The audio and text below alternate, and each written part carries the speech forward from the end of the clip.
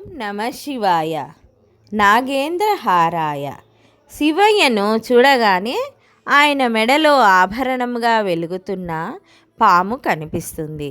వాసుకి అనే సర్పరాజు తపస్సు చేసి శివుడిని మెప్పించి ఆయనకు కంఠాహారముగా మారాడు.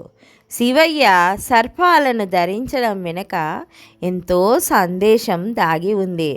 పాములు నిరంతర జాగరూకతకు ప్రతీకలు.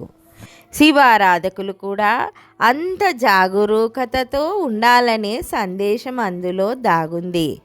అత్యంత భయంకరమైన సర్పాలు కూడా శివయ్య స్పర్శ తగలగానే సునమనస్కులుగా మారిపోతారు.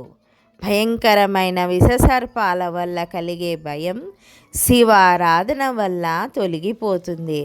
సర్పాలను ధరించడం ద్వారా తన భక్తులకు సర్పభయం లేకుండా చేస్తానన్నదే శివుడు ఇచ్చే అభయం. శివయ్య మెడలో 3 చుట్టలు తిరిగి ఉండే సర్పము కాలచక్రానికి సంకేతం. భూత భవిష్యత్ వర్తమాన కాలాలే ఈ 3 చుట్టలు.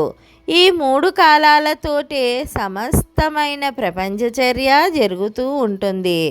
పాము ఆకారం కుండలిని శక్తిని పోలి ఉంటుంది.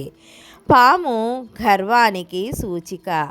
తన గర్వాన్ని ఎవరైతే గెలుస్తారో వారికి ఆభరణముగా నిలుస్తాను అని చెప్పడం శివయ్య సర్పాభరణాలను ధరించడం వెనుక ఉండే సందేశాలలో ఒకటిగా మనం గుర్తించాలి.